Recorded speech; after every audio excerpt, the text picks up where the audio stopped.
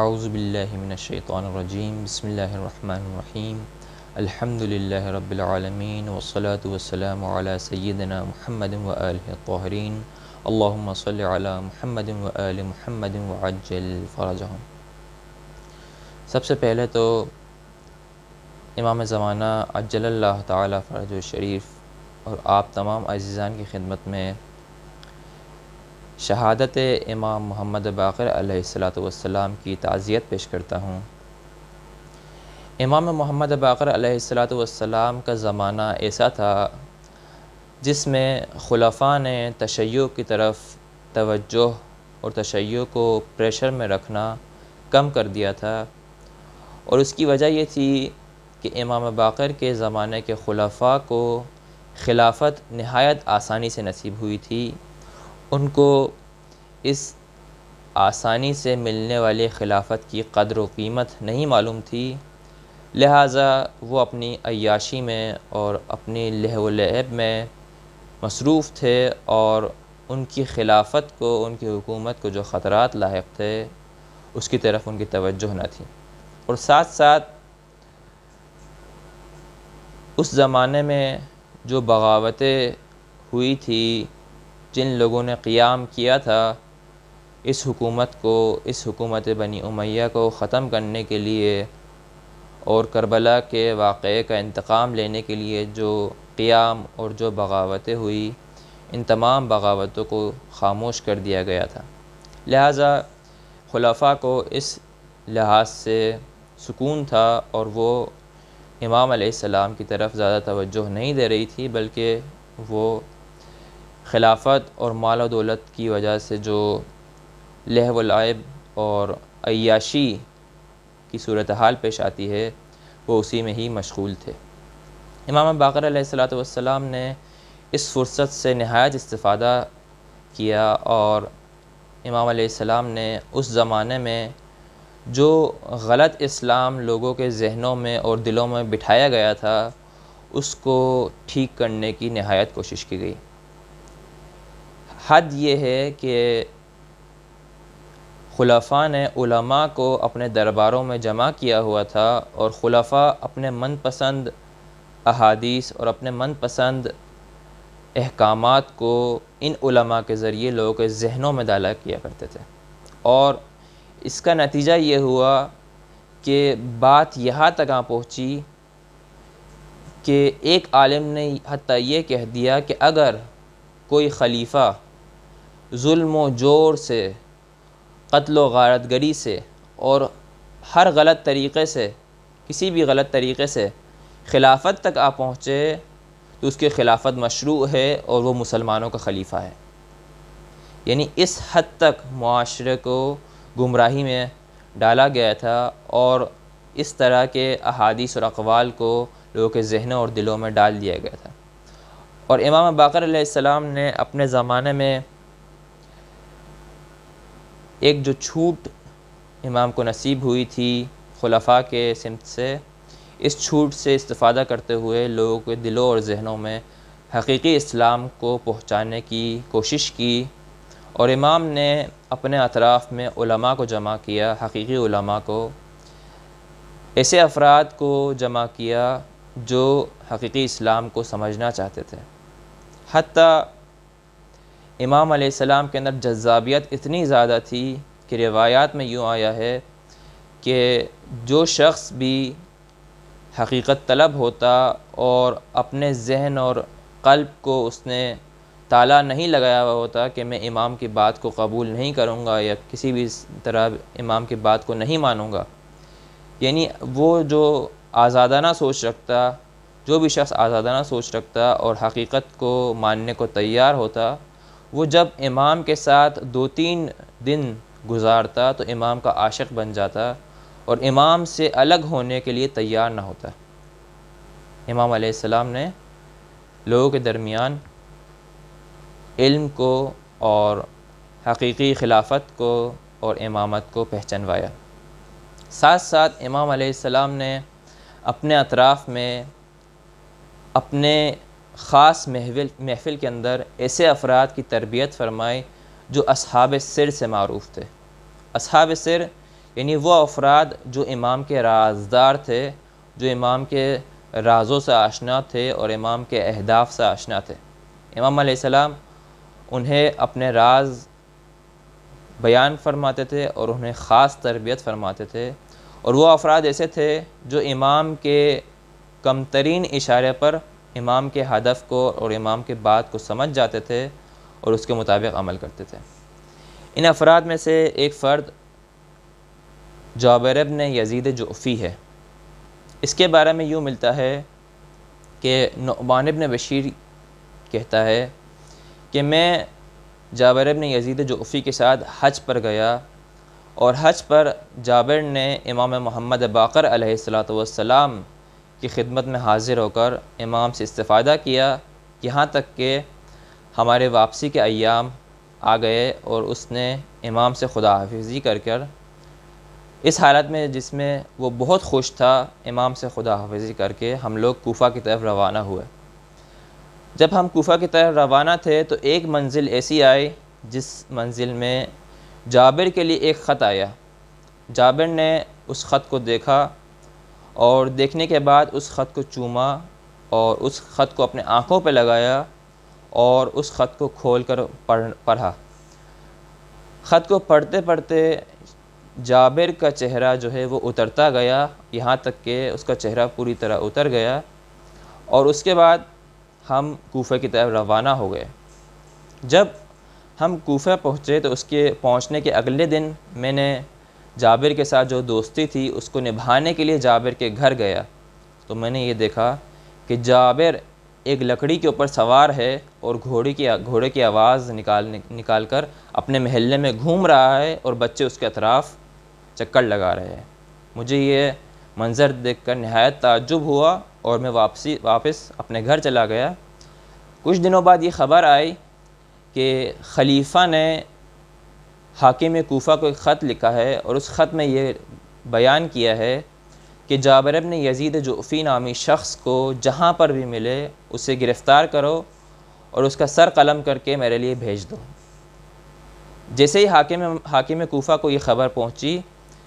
اس نے لوگوں سے جابر کے بارے میں دریافت کیا۔ لوگوں نے کہا کہ جابر ایک نہایت عالم اور دیندار اور حدیث شناس شخص تھا، جو کہ سفر حج پر گیا اور سفر حج سے واپسی پر پوری طرح دیوانہ ہو گیا ہے۔ حاکم کوفہ اس کو لوگوں کی بات پر یقین نہ آیا اور اس نے خود جابر کو دیکھنے کے لیے جابر کے محلے میں گیا۔ جب جابر کو اس نے دیکھا کہ وہ لکڑی پر سوار ہے اور گھوڑے کی آواز نکال رہا ہے اور بچے اس کے اطراف میں گھوم رہے ہیں، تو اس نے اس کام سے صرف نظر کیا اور یہ کہا کہ خدا کا شکر کہ مجھے اس شخص کو قتل کرنے کا دھبا نہ اٹھانا پڑا۔ امام باقر علیہ السلام کو ایسے سپاہی، ایسے صحابی نصیب ہوئے جنہیں مولا کی بات پر ذرہ برابر بھی شک نہ تھا، لیکن تاریخ میں ایک اور امام ایسے ہے جن کو اسی طرح کے ہی سپاہی نصیب ہوئے۔ مولا حسین علیہ السلام نے جب شب عاشور چراغوں کو گل فرمایا اور اپنے اصحاب سے یہ کہا کہ جو جانا چاہتا ہے چلے جائے، تو اصحاب نے، خاندان والوں نے ایسے جوابات دیے جو آج تک تاریخ انسانیت میں چمکتے سورج کی طرح ہے۔ کیا جواب دیا جناب زہیر نے، کیا جواب دیا جناب عباس نے، کیا جواب دیا جناب علی اکبر نے، اور کیا جواب دیا جناب قاسم نے۔ لیکن اس میٹنگ میں، اس محفل میں ایک سپاہی ہے جو موجود نہیں، علی اصغر۔ شب عاشور اور شام غریبہ میں بہت فرق ہے۔ شب عاشور باپ ہے جو اپنے بیٹی کے بالوں میں ہاتھ پھیرے، شہزادے موجود ہے جو اپنے ماؤں کے دل کی ٹھنڈک ہو، لیکن شام غریبہ میں باپ بھی چلے جائے گا، شہزادے بھی چلے جائیں گے۔ مولا حسین نے مردوں کا امتحان لیا اس محفل کے ذریعے، اس میٹنگ کے ذریعے، لیکن خواتین کا امتحان مولا حسین نے کسی اور انداز میں لیا۔ آدھی رات کو مولا حسین نکلتے ہیں اور خیموں کے قریب سے گزرتے گزرتے بیویوں کی آواز سنتے ہیں۔ ہر بیوی بیٹھی ہے، اپنے شہزادے کو تیار کر رہی ہے، اپنے شہزادے سے یہ کہہ رہی ہے کہ اے شہزادے، اے میرے بیٹے، کل اس طرح جہاد کرنا کہ بی بی زہرا تم سے خوش ہو، کہ میں بی بی زہرا کے سامنے اپنا منہ بلند کر سکوں، بی بی زہرا کو جواب دے سکوں کہ میں نے آپ کے بیٹے کے لیے اپنا دل، اپنا عزیز ترین چیز کو فدا کر دیا، مجھے کل بی بی زہرا کے سامنے سرخرو کر دینا۔ لیکن ایک خیمے سے رونے کی آواز آ رہی تھی، رباب کا خیمہ۔ رباب ششماہ علی اصغر کے گہوارے پر سر رکھ کر رو رہی تھی۔ ملا حسین تشریف لے جاتے ہیں خیمے کے اندر، رباب سے پوچھتے ہیں، اے رباب، کیا علی اصغر کا انتقال ہو گیا؟ کیا علی اصغر دنیا سے چلے گئے؟ 3 دن تک پانی نہیں پیا، کیا ہمارا شہزادہ دنیا سے چلا گیا؟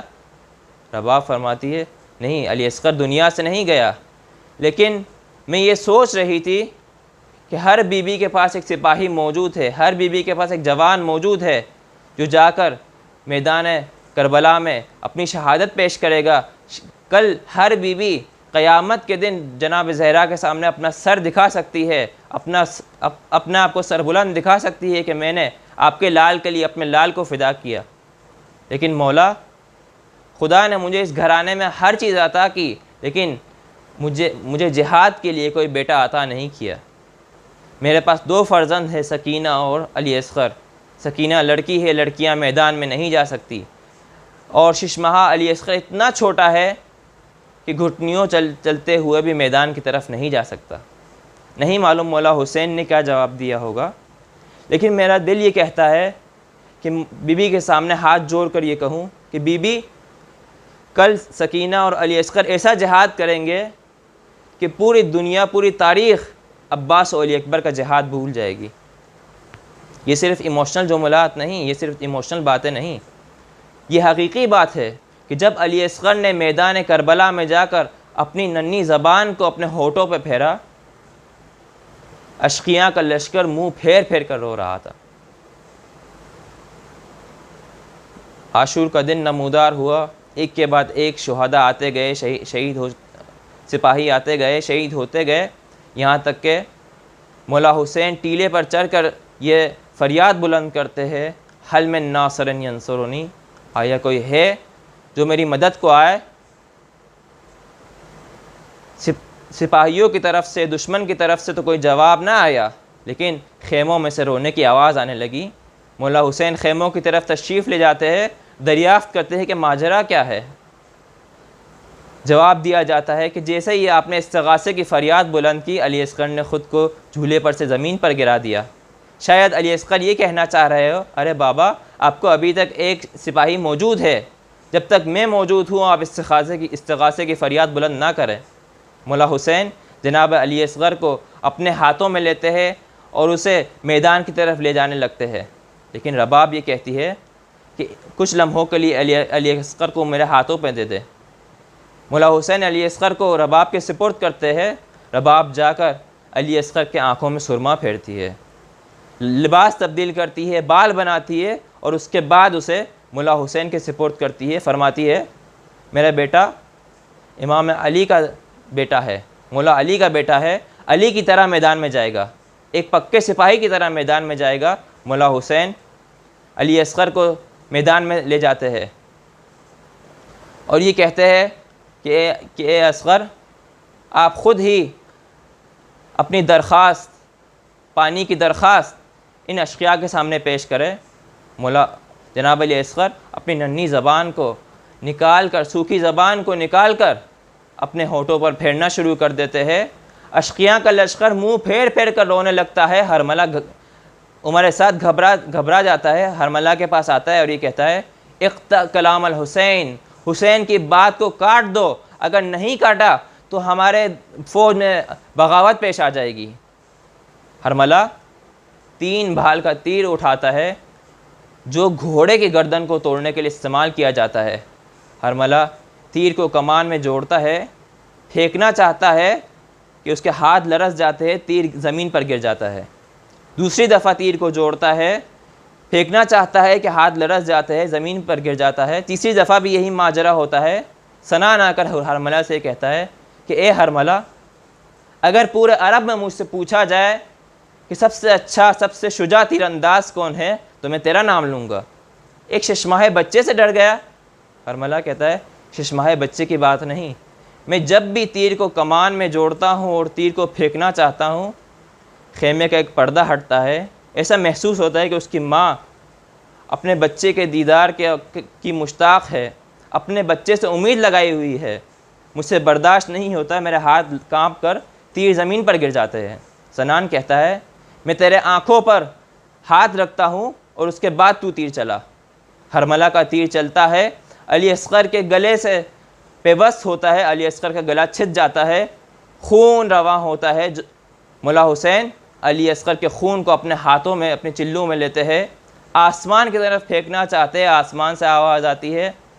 مولا اگر یہ خون آسمان کی طرف آیا، آسمان سے اب کوئی بارش نہ ہوگی۔ مولا خون کو زمین پر پھینکنا چاہتے ہیں، زمین سے آواز آتی ہے مولا اگر یہ خون ناحق زمین پر گرا، قیامت تک کوئی سبزہ نہ اگے گا۔ مولا فرماتے ہیں انکار آسماں کو ہے راضی زمین نہیں، اصغر تیرے خون کا ٹھکانہ کہیں نہیں۔ اصغر کے خون کا ٹھکانہ بنا تو وہ مولا حسین کا چہرہ تھا، مولا نے اپنا چہرہ علی اصغر کے خون سے وضو انجام دیا، اور اس کے بعد مولا یہ فرماتے ہیں کہ کل نانا رسول خدا کے پاس جب میں پہنچوں گا تو نانا رسول خدا سے شکایت کروں گا نانا کے امت کی کہ اس نے میرے چشمہ علی اصغر کو اس بدترین ظلم کے ساتھ شہید کیا۔ وَسَيَعْلَمُ الَّذِينَ ظَلَمُوا أَيَّ مُنْقَلَبٍ يَنْقَلِبُونَ۔ پروردگارہ ہماری قلیل سی عبادت کو اپنے بارگاہ میں قبول فرما، ہمارے گناہان کبیرہ و صغیرہ کو معاف فرما، اس چشمہ علی اصغر کے ناحق خون کے واسطے ہمارے زمانے کے امام کے ظہور میں تعجیل فرما، ہمیں ان کے اعوان و انصار میں شامل ہو کر جام شہادت نصیب فرما۔ ربنا تقبل منا انک انت السمیع العلیم وتب علینا انک انت التواب الرحیم برحمتک یا ارحم الراحمین۔